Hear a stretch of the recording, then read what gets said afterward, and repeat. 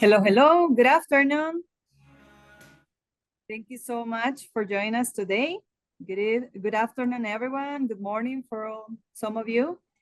It is a pleasure to welcome you to the third day of the Project Management Week at UCI. We are grateful for your continued participation, your curiosity, and your commitment to being part of this shared learning journey. Your presence truly enrich these sessions. Before we begin, we would like to extend our congratulations in recognition of the International Project Management Day. Today, we celebrate the dedication, creativity, resilience, and leadership of all those who work to bring ideas to life and guide projects that create real and meaningful impact. Thank you for the work you do and for being here to continue growing together. Today's sessions invite us to explore new ways of designing and leading projects through the lens of regeneration with the theme Design Thinking for the Regeneration of Living Systems. We are honored this afternoon to be joined by our speaker, Stefan, who serves as director of the Certificate in Regenerative Entrepreneurship at the University for International Cooperations, co-director of REFI Costa Rica, and founder of Cañamor Hemp Underwear. He brings over a decade of experience leading holistic and intersectoral development projects, integrating the arts, regenerative urban agriculture, activism, education, and entrepreneurship. He has contributed to initiatives in the for-profit and nonprofit and community organizing sectors. A graduate of the Certificate in Regenerative Entrepreneurship himself, Stefan has also holds certifications in commons-based enterprise development, natural capital accounting, and adaptive organization methodologies. With a strong commitment to co-creating a solar-punk future, he inspires approaches that are both visionary and grounded in real-world practice.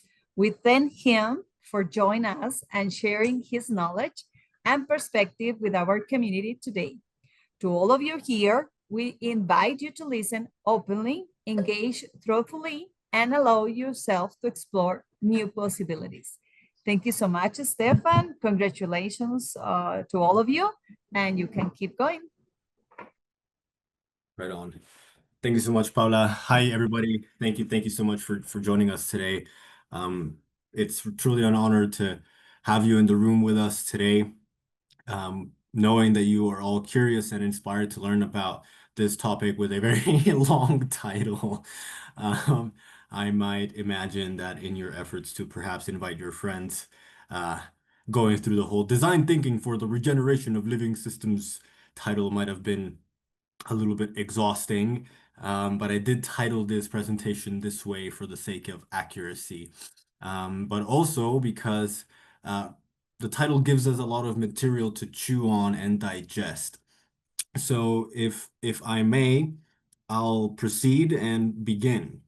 And in fact, this large amount of material to digest just in the title is exactly what we will be talking to and about in this session today. Though we will begin a little bit from the end all the way to the beginning, which means we start with a pretty essential question. What is life? Although it might seem quite obvious because we see living things and life all around us all the time, the question of what is life merits a little bit of analysis and a little bit of detainment and care and consideration for what it truly brings into the fold and into our perspectives.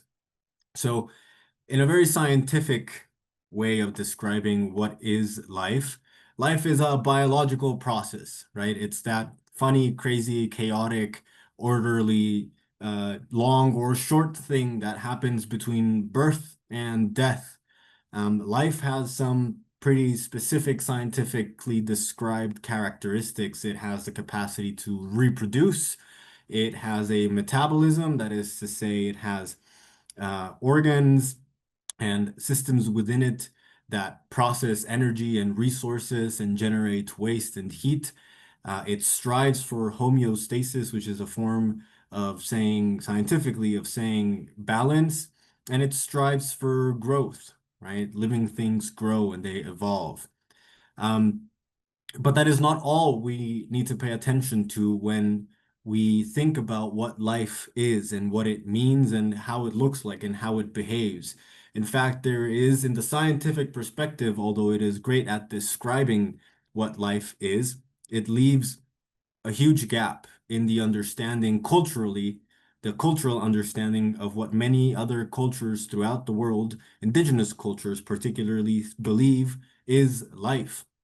And I would like to share with you a perspective from the Bribri indigenous people here in Costa Rica in the region of Talamanca. And in their worldview and the way that they conceive of being emplaced or contextualized in the universe, they believe that reality has 8 levels to it. We live in a central level, but there are 3 levels above us and 4 levels below us. Now, what this means in terms of life is that life is anything that is existing in this reality for the simple reason that everything in creation has life force. And I want to drive home this example with an experience I had the honor and the privilege of sharing with the Bribri people in Talamanca called Akkwe. Akkwe is a Bribri uh, terminology for a ceremony known in Spanish, or in this case English, as the pulling of the stone. And so in the left image, you see a huge stone. Let me tell you, that was a huge stone that is being secured by vines and other organic materials in a frame of wood. And let me just show you very briefly in this clip what happens with that stone in that configuration.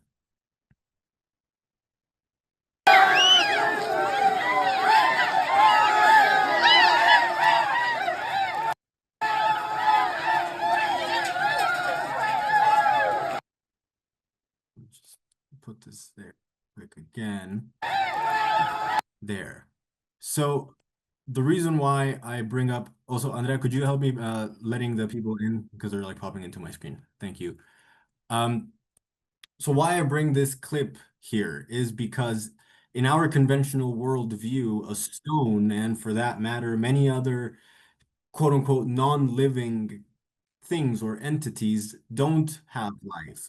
But in the Bribri indigenous perspective, something like a stone does have life. And in fact, they are the center, the living center of a ceremony whereby they transport the stone from one place to the other because it is a way in their worldview of moving the life force around their community.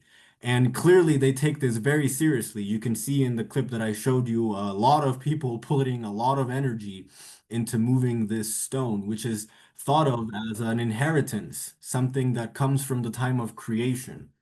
And so I bring this over to you in addition to the biological scientific definition of what is life because it tells us that it is not just something that science describes, but it is something that cultures and our behavior enable us to see if we so decide. Now, that moves us into the next part of the title of this presentation, which is living systems. But we're going to break it down piece by piece, and we're going to talk about what are systems. And systems have a pretty clear definition. They are a set of parts that when you put them together in a specific order and configuration, they can work as a whole.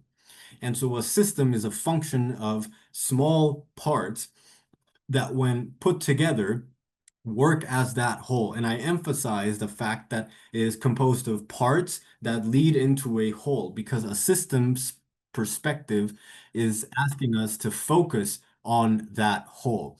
And so here is a pretty handy framework that you can use to describe what systems are and what they do. This is called the 5 R's framework. And so systems are composed of rules, that is to say, norms of ways of functioning that are carried out and executed by roles or players in that system, as might be businesses in an economy.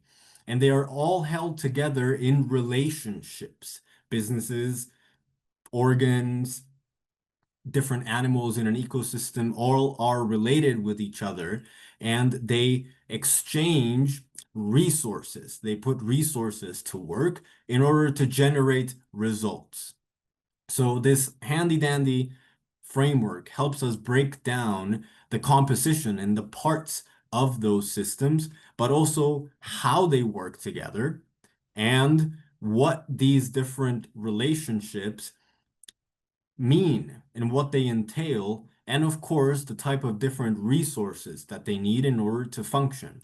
So let's keep that in mind as we move forward through this presentation, because now we're going to contextualize this in what is the meaning of living systems. And so I'd like to explain this by starting off with a description of the different principles that make up living systems. And so living systems can generally be described by paying attention to these first principles.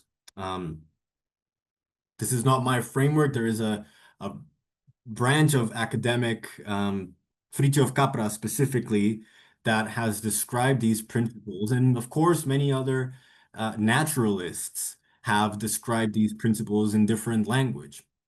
So I bring to you and introduce the first principle, which is life is relative to emplacement. And emplacement might be a new word that you have heard for the first time here, or perhaps not, but it's an important word because it means that life is relative to the place that it is in. If you take a living organism out of its place, its meaning, its function, its characteristics, its purpose are taken away with it, which means that life is dependent upon the relationships of the place that it is in.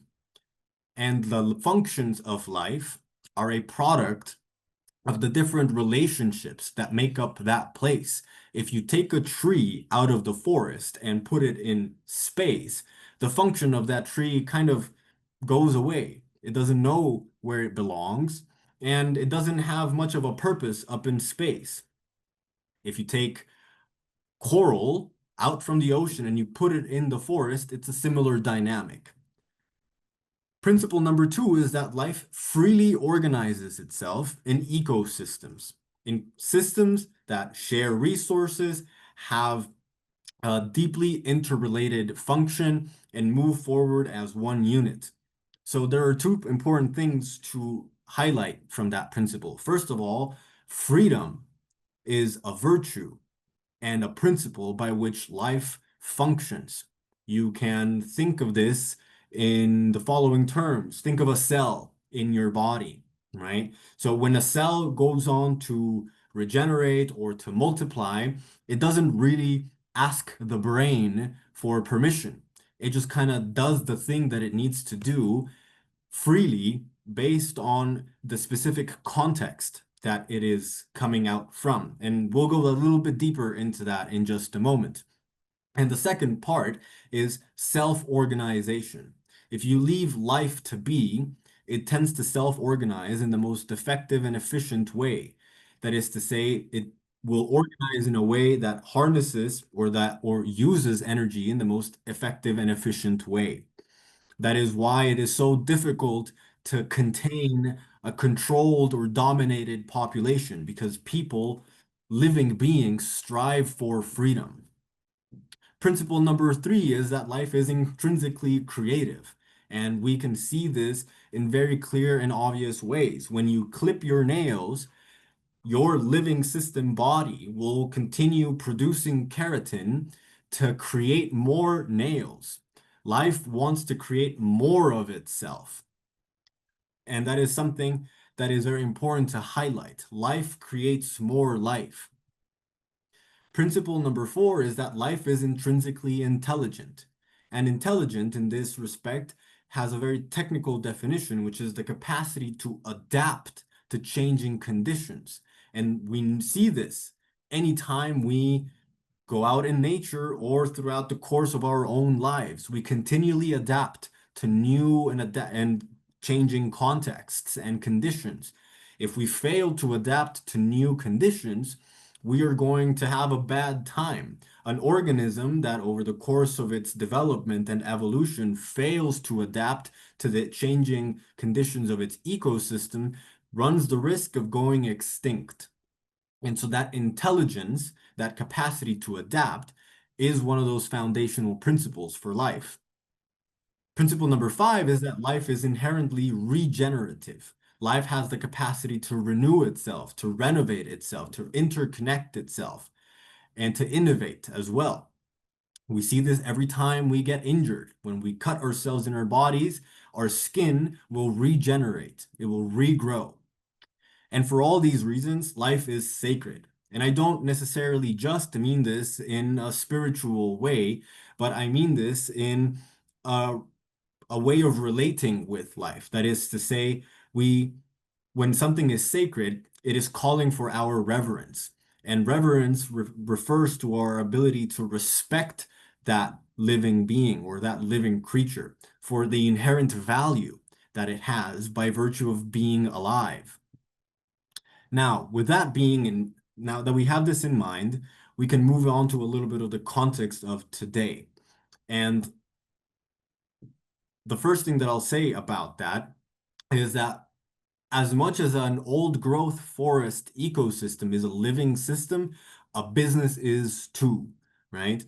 Yes, a business has machinery and it has data flowing through it and it has computers and it has all of this technical infrastructure, but a business can only be run when there are living beings, people that are behind it, right? Or within it. And for that reason, the product of our interactions as people with other people and other systems, technical or biological, lends itself to the opportunity of interpreting a business as a living system and as a living being.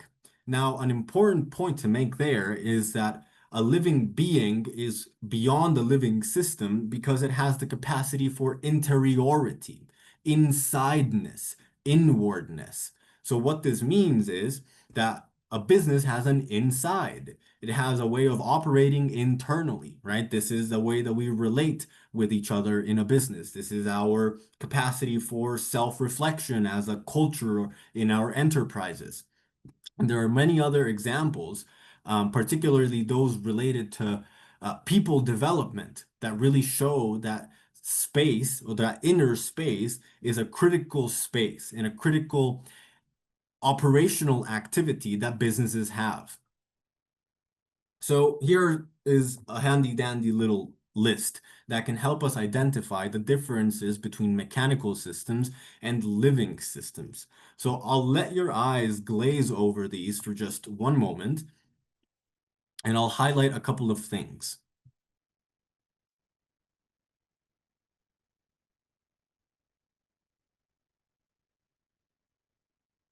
So the thing that I want to highlight here is regarding evolution, the capacity to evolve. We know that machines don't evolve by themselves. They need external energy, right? A designer, an engineer to come in, shift the design, put gasoline in an engine for it to move, for it to work. But a machine won't change itself, right? Whereas a living system evolves over time, right? Through the process of natural selection, which is nature's way of testing prototypes, if you will.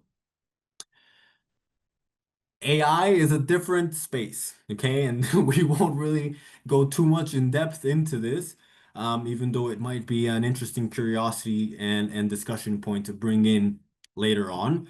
even more so when we think of artificial general intelligence and that blurry line between mechanical and living systems that technology in this day and age is reaching.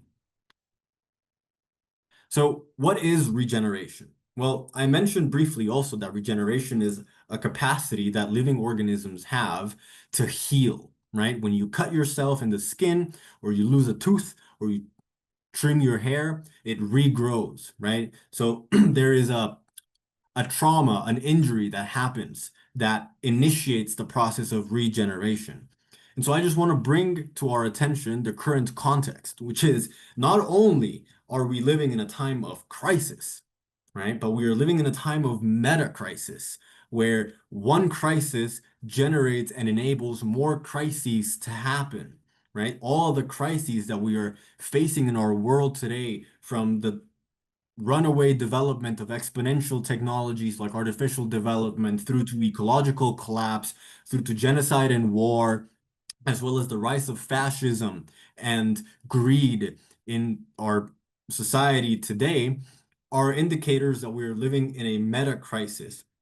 If we go really deep into this and we study the field of cliodynamics, which is finding statistical patterns throughout the history of civilizations, we will find one very interesting point of information, which is that the average lifespan of civilizations is something around 360 years on average. So that means that the average life cycle of a society is 360 years. That is the average, right? Which is to say, some civilizations, like the Romans, the Greeks, for example, went on for far longer, but many other civilizations lasted far less before they collapsed. So I put the question to you, right? Where does our current civilization stand? How much injuries has it sustained? How much harm has it sustained? And what is needed in order to heal the harm that our societies are suffering from? Well, our answer is regeneration. And so I bring to you this these images to really illustrate how regeneration works from a biological standpoint for one simple reason, which is life, nature holds so much wisdom and so many answers that we can look at biological patterns to inspire us for how to do things better.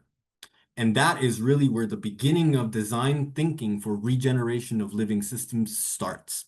So, regeneration from a biological standpoint has a very clear order, right?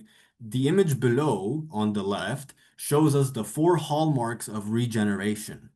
And it begins with the process of source activation following an injury. So in the image above, you can see that there is skin that has undergone a wound.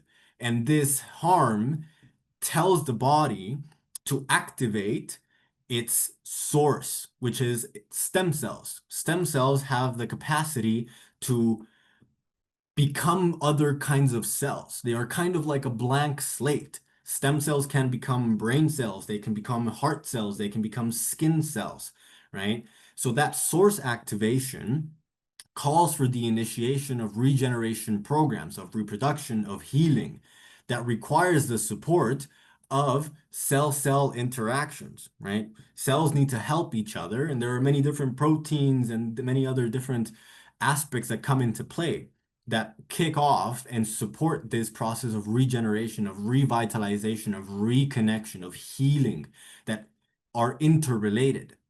And ultimately, the body has a function of controlling size and tissue development. Imagine if you had a small cut in your arm and your cells kept on reproducing and reproducing and reproducing to no end. You would end up with a whole bunch of skin or maybe even another arm, right? In the malign or bad case scenario, this is cancer, right? The runaway growth, the infinite growth of cells in your body can be very, very harmful for your health. So even in the context of regeneration, which we are speaking is very positive, there are ways in which we, if we do not take care of moderate regeneration, right? We go into the extremes, we can go into some really nasty illnesses. And the same applies to economic growth, uh, to profit obsessions, all, this, as the saying goes, everything in moderation, right? So this is another way of viewing what regeneration entails. Our way of relating with Earth or with nature can, broadly speaking, fall into these three different categories. Ego-driven relationship, where we humans believe we are the supreme beings on this Earth, right? This is called anthropocentrism, where the human is at the center of things. Of course, if we just think that humans are important and ignore the importance of all other living organisms, then we are decontextualizing humanity. We are taking it away from its emplacement, right? And we are reducing its purpose and its meaning. If we believe that humans are just another organism, then we're also kind of leaving away a lot of potential, right? And that's what the eco perspective sometimes calls, oh, we're just another animal. We are, but we are not just another animal. No creature is just another creature. Every creature has a very specific purpose and meaning that it has to contribute value into its ecosystems. And finally, the Seva perspective understands that humans have very unique and interesting faculties that have occurred and developed through the process of natural selection, like language and our intellect and our capacity for pattern recognition and our capacity for memory and our capacity for collaborating with other human beings and even other animals, our capacity to be very friendly, right? And because of this, because of our faculties and our characteristics that make us stand out, we have a responsibility to take care of other living beings on this earth, to be custodians, to be guardians of the living conditions for all living creatures and living systems on this earth. Now, there are cultural narratives, and there are a lot of people on this earth that have a lot of power and aren't doing that job well, right? I ask you, what can we do with that? And what does that mean about the rest of humanity that might be interested in taking that perspective? And what kind of new opportunities for business, for organizing society, for organizing the economy can we implement so that we can exercise our responsibility of being stewards of the earth and, of course, of ourselves and our own development? How can we organize society and generate products, businesses, patterns of relation such that we can curate the co-evolution of living systems on this earth? So then what is design thinking, right? We're now getting to the end, which is really the beginning. Well, for those of us who are familiar, design thinking is a creative, iterative process for designing the right thing in the right way, right? We are looking for creative problem-solving solutions that put the user at the center of it. And it follows a very clear pattern. We do research, we synthesize that research, we come up with ideas, brainstorm, and then we shave off those that aren't feasible or viable. And then we finally prototype them and we evaluate how useful these solutions are before we decide to build it out, right? So there is a very careful testing process that happens, which is in some ways, I would argue, similar to natural selection. But it's not the same to do design thinking as it is to do design thinking for the regeneration of living systems. Yes, there are some similarities. For example, they are both iterative or cyclical.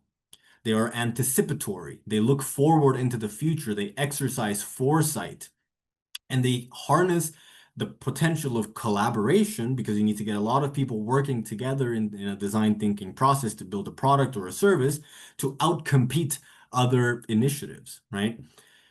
But design thinking remains user-centric, anthropocentric, for humans only.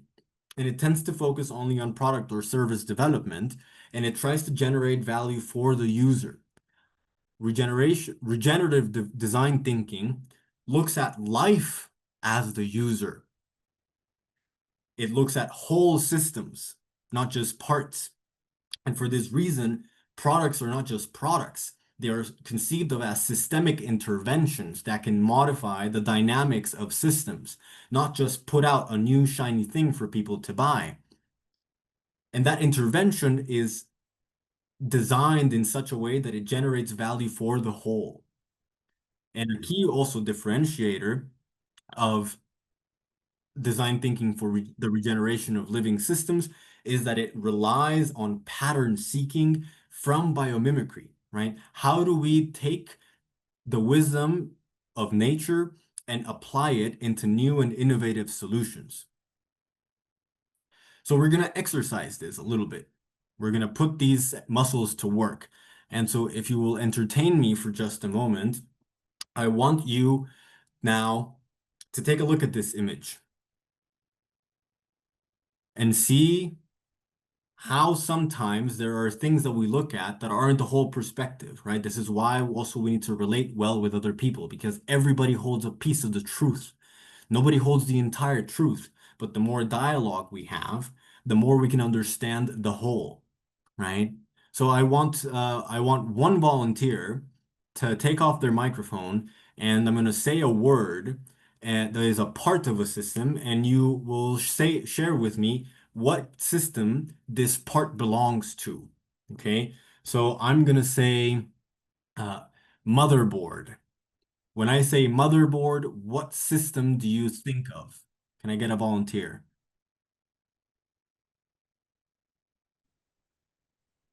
Hi, Louis here. I think computer. Computer, okay. Anybody else think of a different system that it belongs to?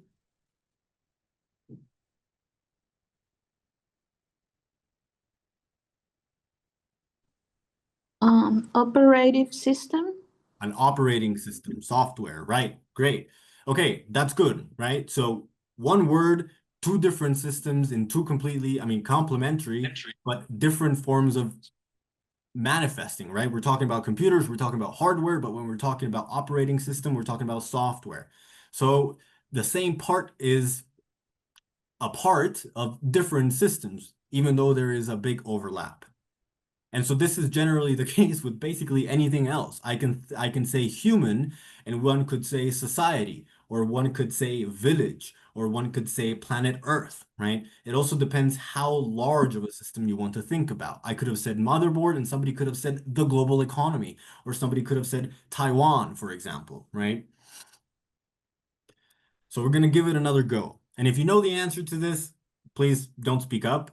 But I want somebody to tell me and observe for just a moment, what is the different pattern that these letters are getting organized into? There are letters on the top and there are letters on the bottom. What is the pattern that defines each of these sets? Can I get a volunteer?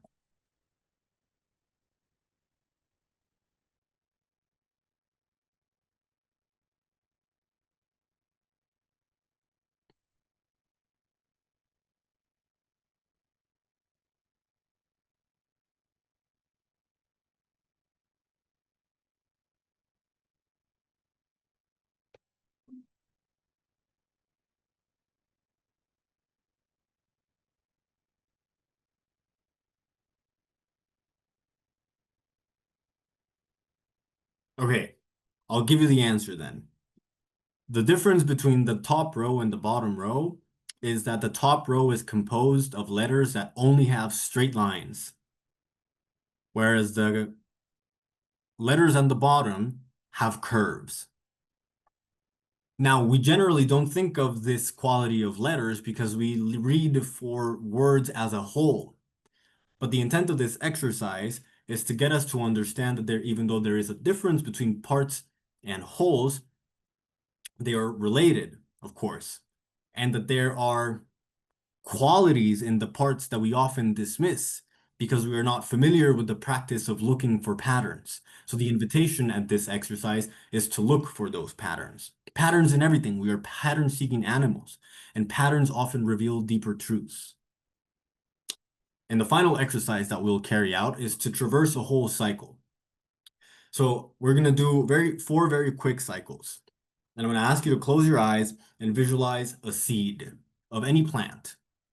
And imagine its growth process. It gets watered, it starts growing, keeps on growing, roots, puts out leaves, keeps on growing until then it flowers, it gets pollinated, and then it drops seed again. And the plant dies, and then it goes back to the earth, right? Okay. Now imagine a second cycle, but this time is a cycle on cell phones, right?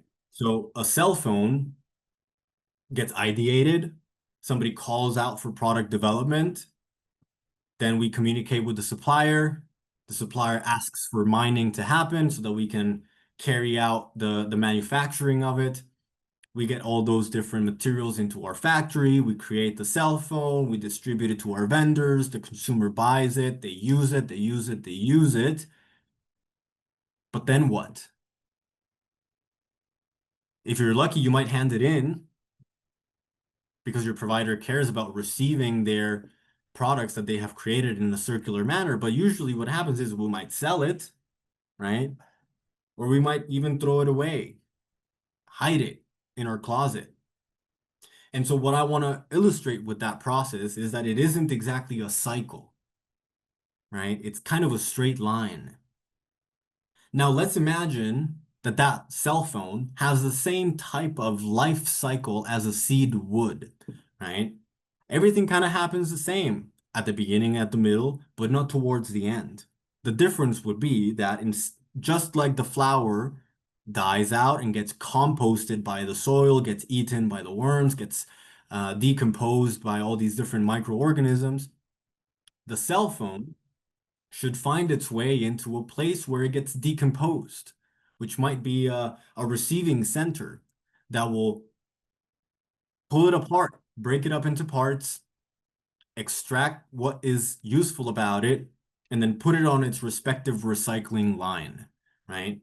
Enabling the materials that made this phone come to be get cycled back into the living system that is Earth, right? At the end of the day, everything that we use in our daily lives comes from the original capital, which is natural capital.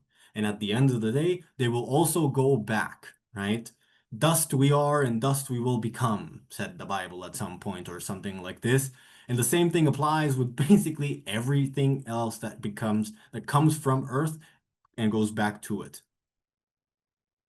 So how are we bringing this into entrepreneurship in our program? Well, the first method that we do is to consider that it's not just about your mindset, it's about your mindscape, your existence scape, right? This is kind of the landscape of the way that we conceive us as being. Do we believe that we are existing in a mechanical universe where everything is predetermined, or do we believe that we are living in a living universe where we are one with everything, right?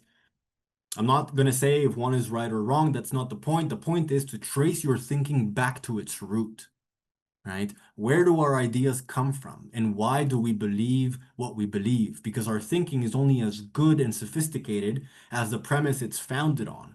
Did you get a product idea because you saw somebody on Instagram trying to sell you something, give you some invitation to join a mega trend? And did you just kind of believe that without fact checking? So the invitation here is to really take care of the ideas that we cultivate in our own mind and to make sure that we know where they come from. Because if we don't know where they come from, we're not thinking, we're thoughting, we're repeating thoughts that somebody else had and might not have even, we might be repeating the thoughts of somebody that didn't even come up with that thought originally. So the invitation here is to trace back our thinking, think critically about the premises that our thinking is founded on. 2, the practice of exapting, right? How do we take something that already exists and find a new context for it, right? So we can look at how nature has solved problems before. In 3.6 billion years of existence, 3.6 billion, we don't even know how long that is. We know it has a bunch of zeros, but we can't even imagine how long that is. Life has run into pretty much every issue. how to create consciousness, how to create life. Life figured that out, right? We're kind of trying to figure that out again with AI. But we can look into the ways that nature has solved pretty much any problem, and we can use that as inspiration to actually solve business problems or life issues. This is a very handy page called Ask Nature. I think it's .com or .org, and you can go in there and see how life has solved different kinds of problems before. This way, we can find creative, innovative solutions that fall in line with nature's wisdom. And this falls into product design, of course. Now, as I was explaining in the comparison between both living systems design thinking and design thinking, the way that we design products is not just about the product. It's about the whole. We see, think, and act in wholes, right? So our value proposition should be, or we should strive to be designed for the entire value chain, not just the end user, right? So Fairphone is a great example of these. This is a Dutch company, and they make phones that have as much ethically and sustainably sourced materials as possible. And they have made sure that everybody in their supply chain and their value chain, right, downstream and upstream, is aware of that and is practicing these good things and these good practices to make sure that that phone will have the same type of life cycle as the flower that we imagined earlier could. And finally, when it comes to key performance indicators, we really want to understand that at the end of the day, we're measuring health, right? Numbers themselves aren't the point. Yes, they give us important quantifications about how successful something is or not, but it's not the number itself that's the point. It's about the value that they point at, right? So we can look at an example from Fairphone, and you can look at their annual report, and you can see that these are their key performance indicators. And because they are focused not just in product development, but how do they advance and make more resilient and anti-fragile their entire value chain, just one out of these six categories is particularly related to sales and financials. They have so much other health metrics for their value chain that they are looking at, right? From greenhouse gas emissions through to the percentage of fair materials that their products use, even to the factories that are in their value chain. How much fair practices are they implementing in there, right? And of course, all these other circular product KPIs. How much can they collect back from what they have put out? So I invite you to check out more about this topic, perhaps even join us to come and learn and transform through the Certificate in Regenerative Entrepreneurship, where you'll find a ton of tools and frameworks in this one-of-a-kind program that has a project focus and enjoys a global classroom. We have Pioneer Exponent. It's a holistic formation program, so you get all the inner development as well as your systemic, relational, business building competencies, a ton of accompaniment, because it's not easy to be an entrepreneur. It's even harder to be a regenerative entrepreneur. And if you've liked this presentation and kind of like me, you also get me. I'm in the program. I'm the director. And it's quite a powerful profile that our graduates come out with. They are able to set up and run regenerative businesses in any industry because they get the thinking and process and structural tools to be able to execute whatever they dream about. They get to influence the organization that they work for in order to ensure that sustainability is not greenwashed, and it's contextual and authentic and impactful, and even beyond sustainable, it's regenerative. And when you can think about systems, living systems, you can really influence public policy because you can tell and understand how the whole works. Graduates get to generate regenerative business cases and make sure that regenerative entrepreneurs aren't just winning on the moral or ethical side of things, but are actually making good business sense that enables them also to carry out strategic territorial organization, right? And placement is a key characteristic of living systems. And at the end of the day, we come out more humane, more humble, and able to act with integrity with our values and desires. So I invite you once again to join the Certificate in Regenerative Entrepreneurship. We started yesterday, actually. Our sessions run from 16 to 18 Central Standard Time. It's a bilingual program, predominantly with English speakers. It's virtual, and you get to build your investable regenerative business. And today we have a super special offer for all of you with a 30% discount. And I'll share a link in the chat in just a moment. And this offer is valid only until Monday because the next class happens on next Wednesday. We will be looking at Earth System Science. Okay, so that's it for me. Thank you very much. And I pass it on to you if you've got any questions, any points of discussion that you want to bring in. I see some messages in the chat, so I'll check that in a second. Thank you for Yes, your attention. Stefan. Yeah, thank you so much, Stefan. Actually, we have a question in the chat. Do you see it? Yes. For someone new to regenerative thinking, what is one first step they can take to begin applying these principles in their work? What I have found to be most powerful, most difficult, but at the same time most simple, is to recognize the fact that it's to practice self-awareness. So what that means is trace your thinking, right? Why do I think the things that I think? Am I thinking, right? Tracing my thinking, understanding where it comes from, what it implies, where it leads into, or am I thoughting, right? Am I simply repeating somebody else's thought? Is it just an unfounded thought, right? And that is the key invitation for regenerative thinking. Really understand where it comes from. Because if it isn't yours and it's not your own original innovative thought, then chances are you're just repeating somebody else's version of the truth. And that is important because we want to, as much as we can, understand what is true to us from our own subjective perspective, right? So why do we ask yourself, why do I think this thing that I'm thinking? Be courageous with your own questioning of your own thinking.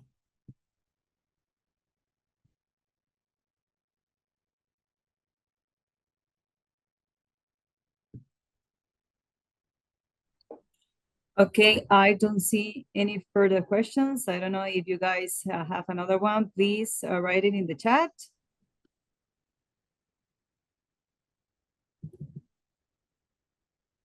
And that's the website to the program. Melaine, please go ahead.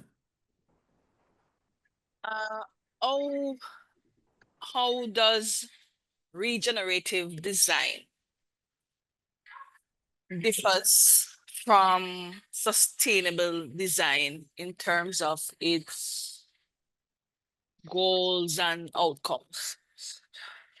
Yes, that's a very good question. It's a very important one. The way that I like to think about this is, so take the concept of the meta crisis, right? Things are screwed up right now. Things aren't looking too well. There's a lot of harm that has been done to Earth, to society. And so what that means is, if we simply strive for sustainability, we might end up designing strategies that keep us from doing more harm, right? Might try to sustain the status quo and will just kind of keep things at the level that they are, prevent them from getting any worse. The thing is, that's not what we need. We need to heal back, right? We need to heal human relationships. We need to heal all these ills that come from polarized societies that give rise to like neo-fascist regimes. We need to heal back the forests that we have deforested. We need to heal back the oceans that we have acidified and the coral reefs that are dying, right? So that emphasis on healing, on creating more life is what I think differentiates sustainable design from regenerative. Thank you.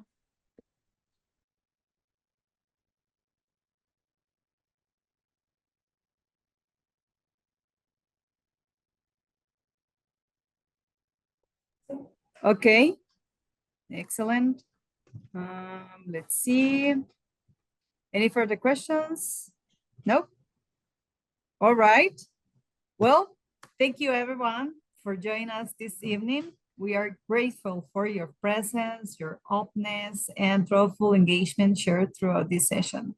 Special thank you to you, Stefan, for guiding us into a deeper understanding of how we can design and lead projects that honor life, natural relationships, and contribute to regeneration. Your insights and experience have given us much to reflect and much to carry forward. On this International Project Management Day, we celebrate all who work each day to turn ideas into reality, especially those who do so with care, creativity, responsibility, and with this kind of thoughts. As we continue this week, we invite you to keep exploring, questioning, and imagine what is possible when we design with living systems in mind. Thank you once again for being part of the journey, and we look forward to seeing you in the next section that is in 30 minutes. Have a beautiful night, and thank you so much for everything. Bye-bye. Thank you. Have a nice day, evening, everybody.